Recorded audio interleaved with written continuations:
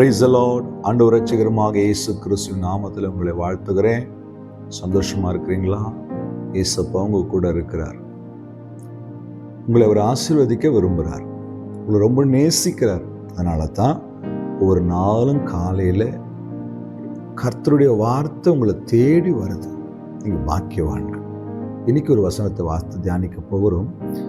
ஏசாயா 11:3 கர்த்தருக்கு பயப்படுதல் அவருக்கு உகந்த வாசனையா இருக்கும். இயேசு கிறிஸ்துவை குறித்த தீர்க்க தரிசன வார்த்தைகள் இதில் எழுதப்பட்டிருக்கு.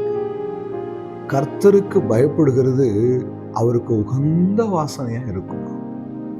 இன்னைக்கு நம்முடைய வாழ்க்கையில அநேக போராட்டங்களுக்கும் பிரச்சனைகளுக்கும் காரணம் என்ன தெரியுமா? அநேக இழப்புகளுக்கும் சமாதான குறைவுகளுக்கும் காரணம் என்ன தெரியுமா? ஆண்டவருக்கு பயப்படுகிற பயம் இல்லாமல் போனதுதான். இன்னைக்கு தேசம் சீர்கெட்டு கிடக்கிறது. எங்கு பார்த்தாலும் விபச்சாரங்களும் வேசித்தனங்களும் குடிவெறிகள் தலைவிரித்து ஆடுகிறதை பார்க்கிறோம். அநேக வாலிப பிள்ளைகள் சீரழிக்கப்படுகிறார்கள். வாலிப தம்பிகள் சீரழிக்கப்படுகிறார்கள், சீரழிந்து போகிறார்கள், வாழ்க்கையை கெடுத்துக் கொள்கிறார்கள். தற்கொலைகளும் மரணங்களும் தேசத்துல பெருகி இருக்கிறது. காரணம் என்ன தெரியுமா?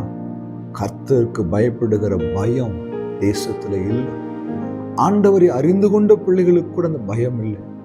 என் அன்பு சகோதரனே, ஒவ்வொரு சிறு காரியத்துக்கும் நம்ம ஆண்டவருக்கு பயப்படும் பொழுது அது எப்படி இருக்குதா? ஆண்டவருக்கு முன்னாடி சுகந்த வாசனையா இருக்குதா?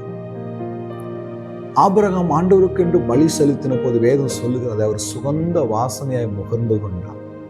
ஆண்டவருக்கு பிரியமானது என்ன தெரியுமா? அவருக்கு கீழ்ப்படிந்து பயந்து வாழும்பொழுது. பயப்படுத்தினா என்னங்க?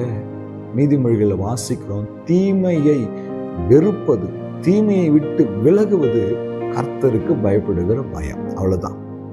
கர்த்தருக்கு பயப்படுகிற ஒரு மனுஷனால பொய் சொல்ல முடியாது. கர்த்தருக்கு பயப்படுகிற ஒரு மனுஷனால மற்றவர்களை நேசிக்காம இருக்க முடியாது.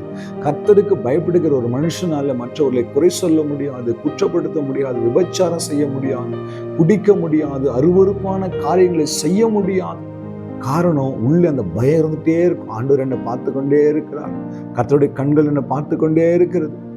ஒரே ஒரு உதாரணம் உங்களுக்கு காட்டுகிறேன். யோசேப்பை குறித்து வாசிக்கிறேன். அவன் சொன்னா, என் கணவர் இல்லை, இந்த வீட்டில் யாரும் இல்லை, வா நான் சந்தோஷமா இருப்போம் என்று சொல்லி போத்திபாரின் மனைவி யோசேப்பை பிடித்து இழுக்கும் போது சொன்னா, வீட்டில் யாரும் இல்லை, உண்மைதான். ஆனா என் தேவனுக்கு முன்பாக இந்த பொல்லாங்கை நான் எப்படி செய்ய முடியும்? யோசேப்புக்குள்ள அந்த பயம் இருந்தது. கர்த்தருக்கு பயப்படுகிற பயம் இருந்தது. ஆமென். தானியேல் ராஜாவுடைய போஜன பதார்த்தத்தால் தன்னை தீட்டுப்படுத்தலாகாது என்று தீர்மானம் பண்ணி கொண்டான். அவங்க 2 பேர் வாழ்க்கை எப்படி இருந்தது பார்த்தீங்களா? கர்த்தருக்கு பயந்து வாழுங்க என் அன்பு தேவ பிள்ளை. கர்த்தர் உங்களை ஆசீர்வதிப்பார். கர்த்தருக்கு பயப்படுறதுதான் ஞானத்தின் ஆரம்பம் என்று வேதம் சொல்லுகிறது. ஆண்டவருக்கு பயப்படாத ஒரு வாழ்க்கை சீர்கட்டு போகும். அந்த வாழ்க்கை கடைசியில ஒன்றுமில்லாமல் போகும். எல்லாவற்றையும் இழக்க செய்யும். கர்த்தருக்கு பயந்து வாழும்போது அவர் நம்மை ஆசீர்வதிப்பார். ஆபிரகாமை பார்த்து ஆண்டவர் சொன்னார், நீ என் வார்த்தைக்கு கீழ்ப்படுகிறவன் என்பதும் நீ எனக்கு பயந்திருக்க என்பதையும் நான் இதன் மூலமாய் அறிந்து கொண்டேன். நீங்க ஆண்டவருக்கு பயந்து வாழுங்க. ஒவ்வொரு காரியத்துக்கும் ஆண்டவர் பார்க்கிறான்ற உணர்வு இருக்கட்டும். ஆண்டவரை துக்கப்படுத்துற எந்த காரியத்தையும் செஞ்சிடாதீங்க. நீங்க ஆசீர்வாதமா இருப்பீங்க. கர்த்தர் உங்களை ஆசீர்வதிப்பார். வார்த்தைக்கு செவி கொடுத்து, ஆண்டவரே சுகந்த வாசனையாய் உகந்து கொள்ளுகிறீர், நான் உமக்கு பயந்து வாழ எனக்கு உதவி செய்யணும்னு கேட்போம்மா. கண்களை மூடுங்க. அன்பும் இருக்கும் நல்ல தெய்வம், உமக்கு பயந்து வாழுகிற ஒரு வாழ்க்கை எங்களுக்கு தாங்க. எங்க சுயத்தினாலே ஓடி ஆண்டவரே உம்மை துக்கப்படுத்தாதபடி நாமத்துக்கு பயப்படுகிற பயத்தை உடைய பிள்ளைகளுக்கு தாங்க. ஆசீர்வாதம் இயேசு கிறிஸ்துவின் நாமத்தில் பிதாவே. ஆமென். ஹல்லேலூயா. God bless you.